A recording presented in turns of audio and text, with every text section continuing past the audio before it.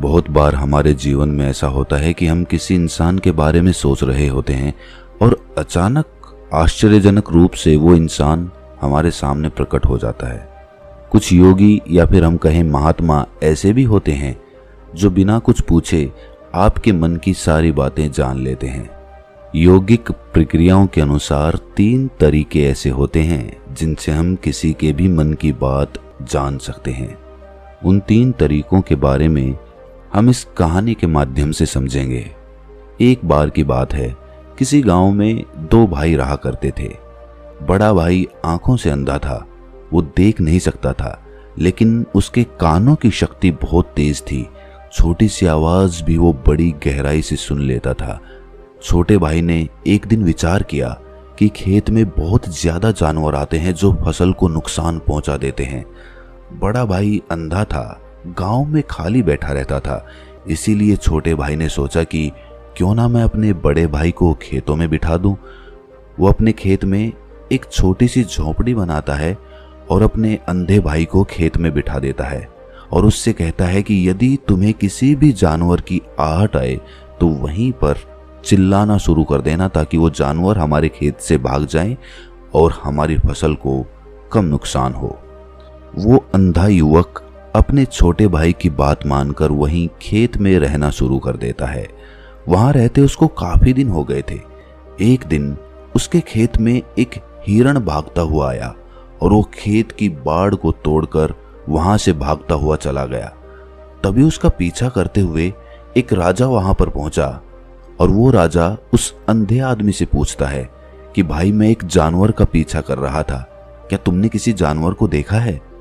उसने कहा कि महाशय, मैं तो आप ही को नहीं देख पा रहा, मैं आंखों से अंधा हूं, लेकिन मैं आपको एक बात बताता हूं, वो जानवर जिसका आप पीछा कर रहे हैं वो आपके लायक नहीं है, आप उसका पीछा मत करो।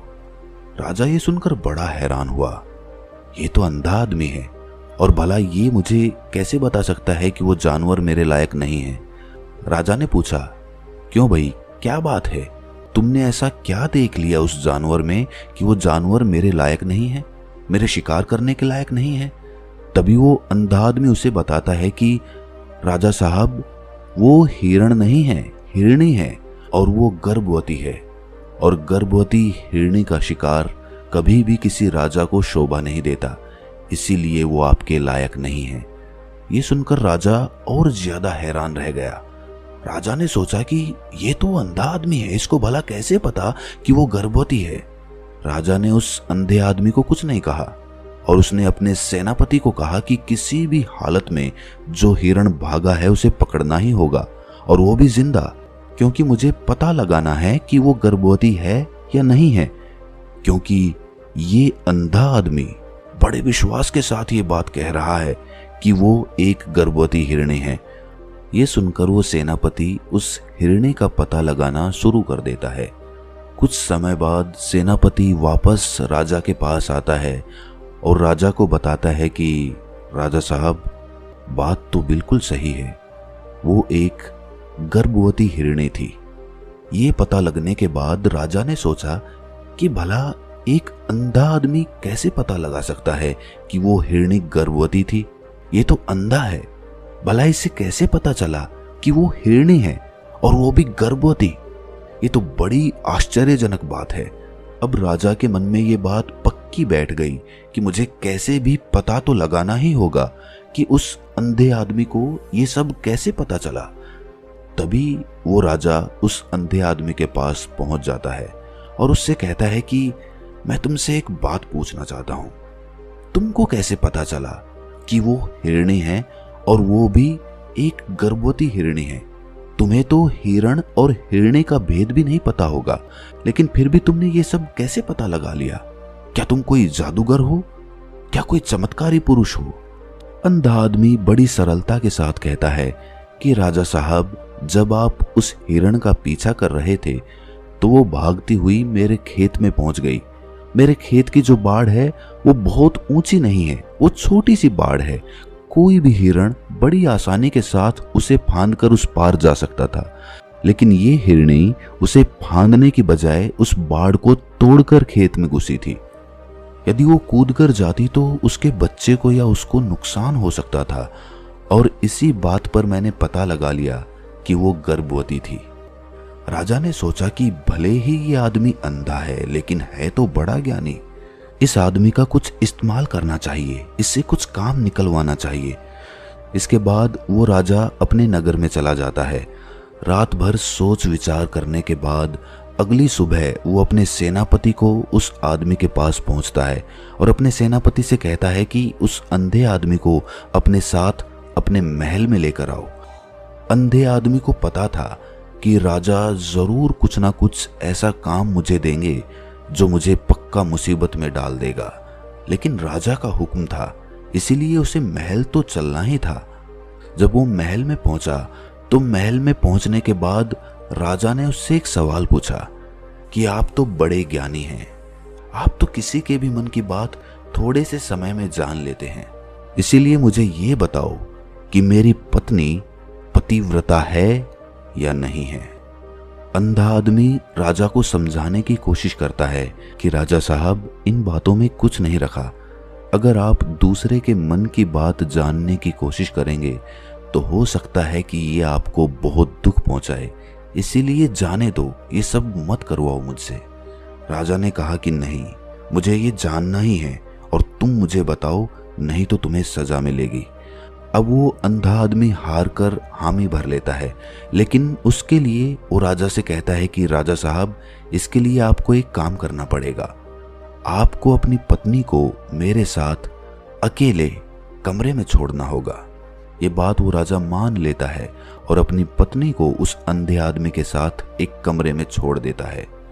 राजा की पत्नी को कुछ भी नहीं पता था कि उसके साथ क्या प्रयोग किया जा रहा है। उसे ये डर सताने लग गया कि कहीं मेरा पर्दाफाश तो नहीं हो गया, क्योंकि राजा की पत्नी पतिव्रता नहीं थी। कमरे में जाने के बाद राजा की पत्नी बड़ी घबराई हुई आवाज में कहती है कि पता नहीं राजा साहब मुझ पर क्यों शक करते हैं। शायद आपको उन्होंने मेरे साथ यूं ही छोड़ा है ताकि आप मेरे मन की बात जान लो। क्या आप सच में दूसरों के मन की बात पढ़ लेते हैं? ये बातें राजा की पत्नी बड़ी घबराई हुई आवाज में बोल रही थी। उसकी सांसें तेज चल रही थी। उसकी बातें सुनने पर अंधे आदमी को ऐसा महसूस हुआ जैसे वो किसी झूठ के पकड़े जाने के डर से कांप रही हो। अंधे आदमी ने उससे कहा कि तुम इन दोनों उंगलियों में से कोई एक उंगली पकड़ो। राजा की पत्नी पहले से घबराई हुई थी। कभी वो एक उंगली पकड़ती तो उसे छोड़कर तत्क्षण दूसरी उंगली पकड़ लेती। कुछ देर बाद अंधे आदमी ने बाहर आकर राजा को बताया कि राजन, ये सुनकर आपको खेद होगा, लेकिन आपकी पत्नी पतिव्रता नहीं है। ऐसा नहीं था कि राजा को अपनी पत्नी के बारे में पता नहीं था, वो तो बस उस अंधे आदमी की परीक्षा ले रहा था। अब तो राजा को और भी ज्यादा हैरानी हुई। राजा उस अंधे आदमी से पूछता है कि भाई, तुम्हें कैसे पता लगा कि मेरी पत्नी पतिव्रता नहीं है? उस अंधे आदमी ने कहा कि राजा साहब, मैं देख नहीं सकता, इसीलिए मुझे अपने कानों पर ही विश्वास करना पड़ता है। मेरे कान जो सुनते हैं उसे बड़ी गहराई से सुनते हैं। जब आपकी पत्नी मेरे साथ वहां पे बातचीत कर रही थी तो उससे साफ प्रदर्शित हो रहा था कि वो बहुत डरी हुई है। उसे किसी झूठ के पकड़े जाने का डर सता रहा था, और जब मैंने उसे अपनी उंगलियां पकड़ने के लिए कहा तो वो उंगलियों को बार बार बदल रही थी। अगर वो पतिव्रता होती और उस पर गलत आरोप लगाए जाते तो वो रोती, गुस्सा करती, लेकिन डरती कभी नहीं। डरता वही है जिसके मन में झूठ या पाप छुपा होता है। बस मैंने उस डर को महसूस कर लिया और मुझे पता लग गया। राजा उस अंधे आदमी से कहता है कि मेरा एक आखिरी सवाल और है, इसका जवाब देने के बाद मैं तुम्हें यहाँ से जाने दूंगा। वो राजा कहता है कि मुझे ये बताओ कि क्या सच में मैं अपने पिताजी का ही बेटा हूं या फिर किसी और का? वो अंधा आदमी राजा को समझाने की कोशिश करता है कि राजा साहब, आपको इससे क्या लेना देना, आप कुछ और सवाल पूछ लो, इस सवाल का क्या औचित्य है? लेकिन राजा कहता है कि ये बात मेरे मन में हमेशा अटकी रहेगी, इसीलिए मुझे इसका जवाब दो, उसके बाद तुम यहाँ से चले जाना। वो अंधा आदमी कहता है कि राजा साहब, अगर आप चाहते ही हैं तो इसका जवाब तो मैं आपको यूं ही दे सकता हूं। उसके लिए मुझे आपकी माँ के पास जाने की जरूरत नहीं पड़ेगी। मैं आपको उसका जवाब यहीं पर दे दूंगा, पर आप वादा करो कि आप गुस्सा नहीं करोगे। राजा ने कहा कि नहीं भाई, मैं गुस्सा नहीं करूंगा, जो भी बात है वो मुझे बताओ। अंधा आदमी कहता है कि राजा साहब, आप हैं तो अपने पिता के ही पुत्र, लेकिन आपके ऊपर एक कंजूस सेठ की छाया पड़ी हुई है। ये सुनकर राजा को गुस्सा आ जाता है और वो अपनी तलवार निकालकर अपनी माँ के पास जाता है और उससे कहता है कि माँ, जो भी बात हो मुझे सच बताना, और यदि सच नहीं बताया तो मैं आपके सामने यहीं पर आत्महत्या कर लूंगा। मुझे ये बताओ कि क्या मैं सच में अपने पिता का पुत्र हूं? उसके बाद वो माँ कहती है कि बेटा, तू है तो अपने पिता का ही पुत्र, लेकिन तुम्हारे ऊपर एक कंजूस सेठ की छाया पड़ी हुई है। मैं एक बार नहाने के लिए अपना मुंह दर्पण में देख रही थी, तभी मुझे दर्पण में पीछे से एक कंजूस सेठ नजर आ जाता है और उसी की छाया तुम्हारे ऊपर पड़ गई। राजा उस अंधे आदमी से पूछता है कि मुझे जवाब दो कि तुम्हें कैसे पता लगा कि मेरे ऊपर एक कंजूस सेठ की छाया पड़ी हुई है। तब वो अंधा आदमी कहता है कि राजा साहब, आपने मेरे से 2 सवालों के जवाब ले लिए और उन सवालों के जवाब मैंने बड़े अच्छे तरीके से दिए, लेकिन उसके बदले कोई दूसरा राजा होता तो मुझे इनाम देता, धन संपत्ति देता, लेकिन आपने मुझे फूटी कौड़ी तक नहीं दी। ये सुनकर राजा मुस्कुराने लगा और वो उससे कहता है कि आप जो चाहेंगे मैं आपको वही दूंगा, लेकिन मुझे सिर्फ ये बता दो कि तुम दूसरे के मन की बात कैसे जान लेते हो, कैसे तुम्हें पता लग जाता है कि ये बात सही है या गलत। अंधे आदमी ने राजा को समझाते हुए कहा कि राजा साहब, 3 तरीकों से हम किसी के भी मन की बात जान सकते हैं। अंधे आदमी ने बताना शुरू किया कि राजा साहब, मैं तो अंधा हूं, इसीलिए मैं उतनी गहराई से किसी की बात को नहीं समझ सकता जितना कि एक आंखों वाला आदमी समझ सकता है। लेकिन आदमी के पास जब आंख होती है तो आंख उसे बाहर की ओर लेकर जाती है, लेकिन अगर वो अपने मन को स्थिर कर लेता है, शांत कर लेता है, विचारों से खाली कर लेता है, तो वो सामने वाले की आंखों में देखकर, उसके चेहरे को देखकर ये पता लगा सकता है कि उसका भाव क्या है। राजा साहब, शब्दों के जाल में पड़ने की बजाय उसके भावों पर ध्यान देना शुरू करो। उसके भाव क्या प्रदर्शित कर रहे हैं, क्या वो जो बोल रहा है उसके भाव उसके साथ मेल खा रहे हैं या नहीं खा रहे। अगर उसके भाव अलग हैं, शब्द अलग हैं, तो साफ सी बात है, जाहिर है कि वो झूठ बोल रहा है। इसीलिए सबसे पहला तरीका है कि शब्दों से ज्यादा भाव को अहमियत देना सीखो और फिर ये समझ लो कि उसके भाव और शब्दों में सामंजस्य स्थापित हो रहा है या नहीं हो रहा। उदाहरण के लिए, आपकी पत्नी को जहां पर रोना चाहिए था, गुस्सा करना चाहिए था, वहां पर वो डर रही थी और साथ में ये बोल रही थी कि मैं पतिव्रता हूं, मैंने अपने पति को कभी धोखा नहीं दिया। लेकिन ये बात समझने की थी कि ये शब्द बोलते हुए उसे डरने की क्या जरूरत थी। दूसरा तरीका समझने के लिए तुम्हें अपने मन को बिल्कुल शांत करना होगा, एकाग्र करना होगा। जब तुम पूरी एकाग्रता के साथ सामने वाले की आंखों में आंखें गड़ा कर देखते हो, ध्यान से सुनना, गड़ा कर देखते हो, तो तुम्हें उसके भाव, तुम्हें उसके मन की बात स्पष्ट दिखाई देने लगती है। लेकिन तुम्हें उसके लिए सामने वाले की आंखों में एकटक देखना होगा, बिना पलक झपकाए। और तुम्हारी आंखें बिना पलक झपकाए तभी रह सकती है जब तुम्हारा मन शांत हो, उसमें कोई विचार ना हो। जितनी स्थिर तुम्हारी दृष्टि होगी, उतना ही सच सामने वाला तुम्हारी आंखों में देखकर बोलेगा। वो तुमसे झूठ नहीं बोल पाएगा। चाहे तो तुम इसका अपने जीवन में प्रयोग करके देख लेना। और आंखों के स्थिर होने के साथ तुम्हारे कान भी खुले होने चाहिए। वो जो बोल रहा है उसके प्रति तुम्हारे कान पूरी तरह से सजग होने चाहिए। जितना तुम ध्यान के द्वारा वर्तमान में रहने का अभ्यास करोगे, तुम सामने वाले के मन की बात उतनी ही आसानी के साथ जान पाओगे और साथ में उनका झूठ भी पकड़ पाओगे।